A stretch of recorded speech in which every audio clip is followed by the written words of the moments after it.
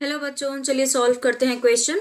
Choose the correct option from the following. ठीक है, हमारे पास दो स्टेटमेंट है। देखिए स्टेटमेंट वन क्या है, रोस्टिंग ऑफ FeS2 और is converted into the ferric oxide and sulphur dioxide.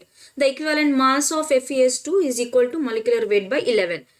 Statement two क्या है, N factor for reducing agent is the total net change in oxidation number. ठीक है, वो हमें फाइंड करना है, वो हमें पता करना है कि एन क्या है। तो अब देखते हैं, देखिए स्टेटमेंट वन अगर हम यहाँ पे लेते हैं तो FeS2 को क्या कर रहे हैं, हम रिएक्ट कर रहे हैं ऑक्सीजन के साथ।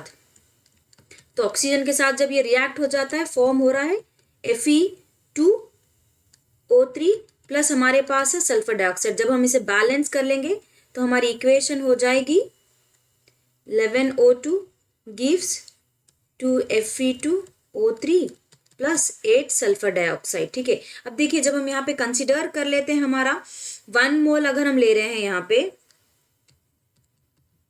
FeS2 का, तो उसे लगेंगे यहाँ पे 11/4 मोल्स ऑफ ऑक्सीजन। ठीक है, क्योंकि हम यहाँ पे 11 ले रहे हैं। ठीक है, अब अगर हम देखते हैं कि एक ऑक्सीजन हमारा, ईच ऑक्सीजन एटम अगर हम कंसिडर कर लेते हैं रिडक्शन के लिए, वो लेगा 4 इलेक्ट्रॉन। करेक्ट, 2 इलेक्ट्रॉन एक ऑक्सीजन के लिए। तो हमारे पास O2 है, तो अगर हम O2 ले लेते हैं तो वो लेगा यहाँ पे 4 इलेक्ट्रॉन। करेक्ट, देयरफॉर हम बोल सकते हैं एक ऑक्सीजन एटम यहाँ पे लेगा 4 इलेक्ट्रॉन। ठीक है, इसी तरह से अगर हम देखते हैं यहाँ पे कि कितने ऑक्सीजन यहाँ पे इलेक्ट्रॉन्स ले रहा है, गेन ऑफ इलेक्ट्रॉन्स अगर हम बोलते हैं तो उसे कंसिडर करते हैं हम गेन ऑफ इलेक्ट्रॉन,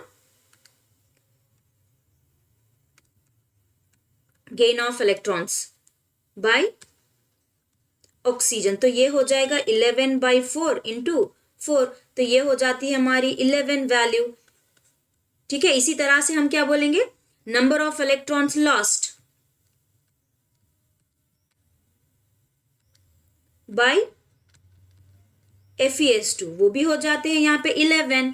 ठीक है, तो दोनों इक्वल टू हो जा रहे हैं 11 के, तो हम क्या बोलेंगे यहाँ पे, number of electrons gained and lost are equal. दोनों इक्वल रहना चाहिए हमेशा, पता है ये हमें। ठीक है, तो हम क्या लिखेंगे यहाँ पे, number of electrons gained and lost are equal. This is nothing but called as, इसे हम बोलेंगे चेंज इन ऑक्सीडेशन नंबर।